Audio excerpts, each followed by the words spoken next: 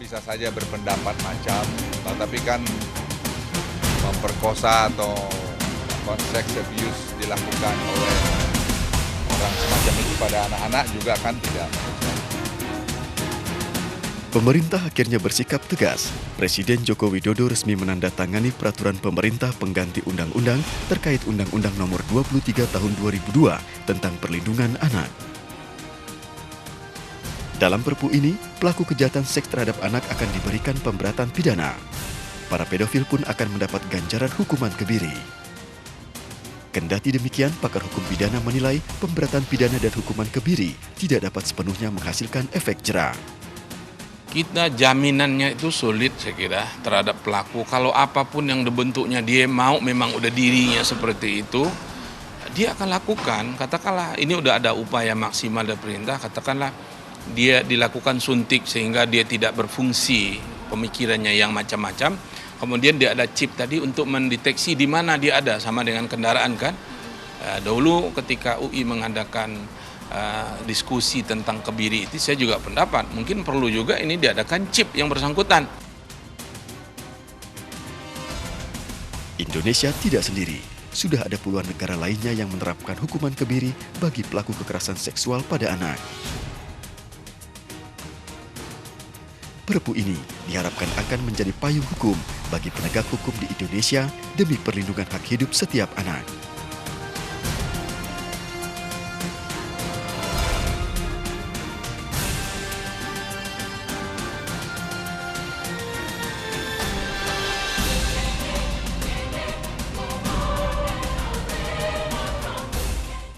Indonesia harus tahu bahwa Indonesia masuk dalam kategori darurat kekerasan seksual terhadap anak khususnya. Dan pemerintah sudah mengambil langkah tegas, yaitu dengan adanya penandatanganan Perpu hukuman kebiri atau penambahan hukuman bagi para pelaku kejahatan seksual terhadap anak. Kita akan bahas lebih dalam Talk Tuai News pada malam hari ini. Pemirsa, sudah hadir 4 orang narasumber. Di Talk Tuai News sudah ada Pak Wahyu Hartomo, Sesmen PP dan PA. Selamat malam Pak Wahyu, terima kasih sudah hadir. Kemudian ada Pak Supratman Andi Adgas dari DPR, kemudian ada juga Dr. Daeng Muhammad Fakih, Ketua terpilih dari PBID, kemudian yang terakhir sudah ada Mas Reza Indragiri selaku psikolog forensik. Selamat malam Bapak-Bapak, terima kasih sudah hadir. Pertanyaan saya, apakah memang ini merupakan angin segar begitu terhadap keputusan hukum yang akan diberlakukan kepada para pelaku kejahatan seksual? Pak Wahyu. Ya, ini memang hadiah untuk anak-anak Indonesia, biar semakin terlindungi. Memang ini suatu kebijakan yang betul-betul revolusioner, sehingga ini memang karena tadi latar belakangnya adalah sudah kegentingan, sehingga pemerintah harus tegas menjalankan ini, sehingga diharapkan 2 hal, yaitu adanya efek jera dari pelaku maupun calon pelaku, dan juga sekaligus melindungi anak kita yang masa depannya sebagai generasi penerus bangsa. Artinya ini sudah sebagai solusi terakhir begitu, betul, dari pihak pemerintah. Ya, sebetulnya dari sisi hilir memang ya, untuk penetapan pemberatan tadi. Tapi sebetulnya tadi sudah kami diskusikan juga, sebetulnya sudah ada juga yang di hulunya itu, yaitu dengan adanya Impres 5 2014 GN Aksa itu juga nanti itu pelaksananya harus sinergi semua kementerian, kepala daerah, dari gubernur maupun wali kota dan bupati, semua harus melaksanakan perintah Perpu ini, sehingga gerakannya itu masif. Kalau gerakannya hanya parsial, ya tidak akan berhasil. Artinya sampai dengan sejauh ini belum ada kekompakan begitu, artinya untuk menjalankan hukuman kebiri ini atau Perpu ini sendiri yang sudah ditandatangani oleh Presiden. Ya, kalau di luar memang masih banyak pro kontra, tapi memang Presiden sangat berkomitmen, sehingga pasti beliau sudah mempertimbangkan dari segi urgensi dan kepentingannya, sehingga mau tidak mau semua aparat di bawahnya, semua menteri harus mengamankan atau menjalankan perintah Presiden, dan pasti sudah dipertimbangkan masa-masa. Siapa sih Pak yang nantinya akan mengeksekusi begitu kalau memang nanti hukuman kebiri ini akan dilakukan, kemudian juga pemasangan chip ini nanti juga akan dilakukan? Ya, sebetulnya kemarin di dalam Perpu itu ada 3 kementerian yang menangani pengawasan ini, yaitu Kementerian Kesehatan, Kementerian Sosial, dan Kepolisian. Nah, itu nanti memang saat ini tindak lanjut daripada Perpu tersebut kita susun, sudah mulai kita susun untuk RPP-nya. RPP apa Pak? Ya, rancangan peraturan pemerintah sebagai tindak lanjut untuk pelaksanaan, misalnya mekanisme pemasangan chip, mekanisme kebiri, dan juga mekanisme Siapa yang nanti akan melaksanakan itu, Pak? Dan ini dalam Perpu tersebut ada 3 kementerian tadi.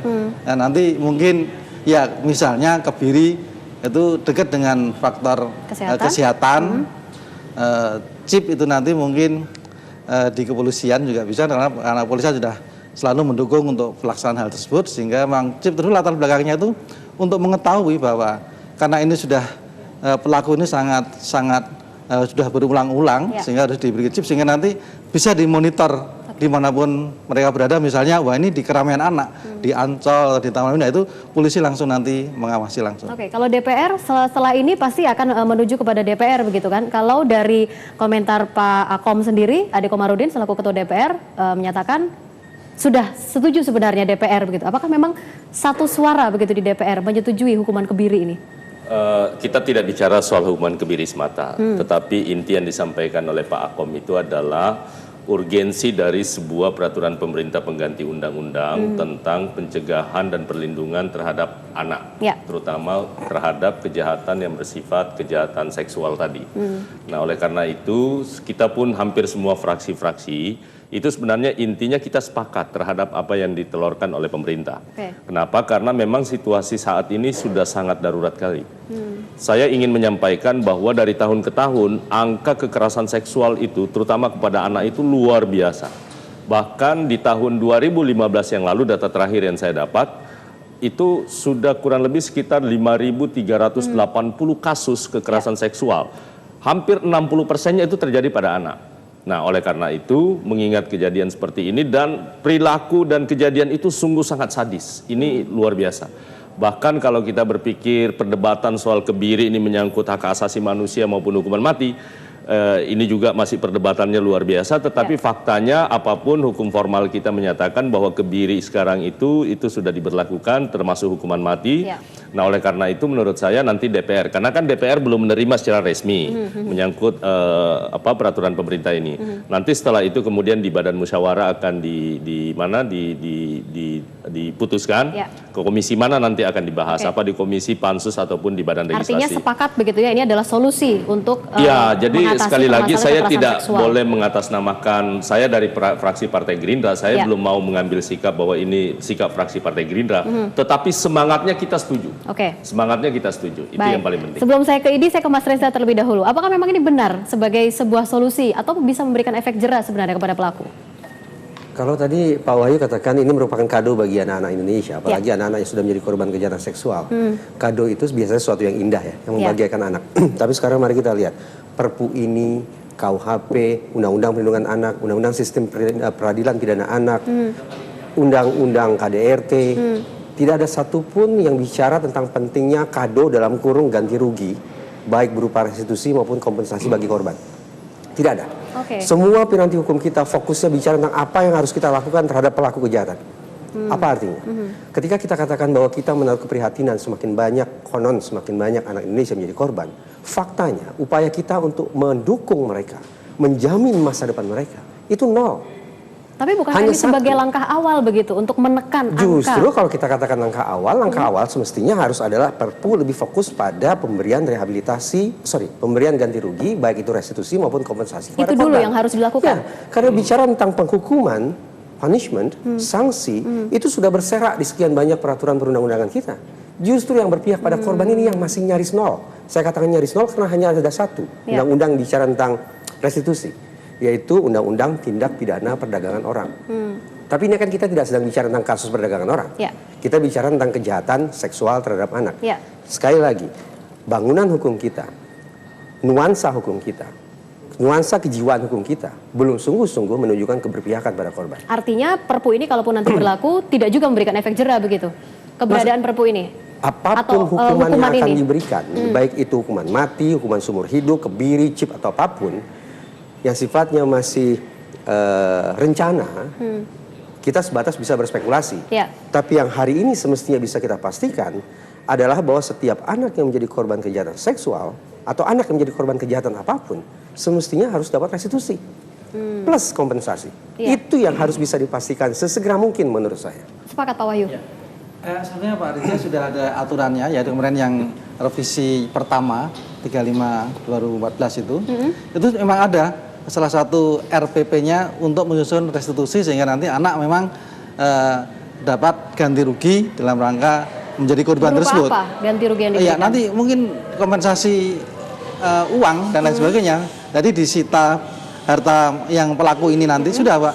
Ini restitusinya untuk itu baru kita susun. Sudah kita susun kok. Ini sudah kita susun, cuma belum selesai lah. Mudah-mudahan dengan himbauan tadi saya kira kami akan segera menyelesaikan RPP tersebut. Itu memang tindak lanjut dari revisi yang pertama. Sudah tergambar begitu Mas Reza ada. bahwa kado yang sebenarnya yang Anda maksudkan tadi sudah tersusun sebenarnya dalam RPP-nya. Tapi pada akhirnya dalam persaingan antara kepedulian terhadap pelaku dan kepedulian terhadap korban, kepedulian Lebih kepada terhadap pelaku pelaku. yang lebih duluan. Itu faktanya yang terjadi sekarang. Jadi menurut saya agak terjadi kekurangan sinkronan ya dalam logika kita. Ketika kita berhadapan dengan fenomena yang kadung kita anggap sangat merisaukan ini, sekaligus bagaimana penyikapannya, itu menurut saya masih harus disinkronisasi kembali. Kita coba bergeser kepada yang nanti akan mengeksekusi begitu ya, dari kesehatan, dokter utamanya.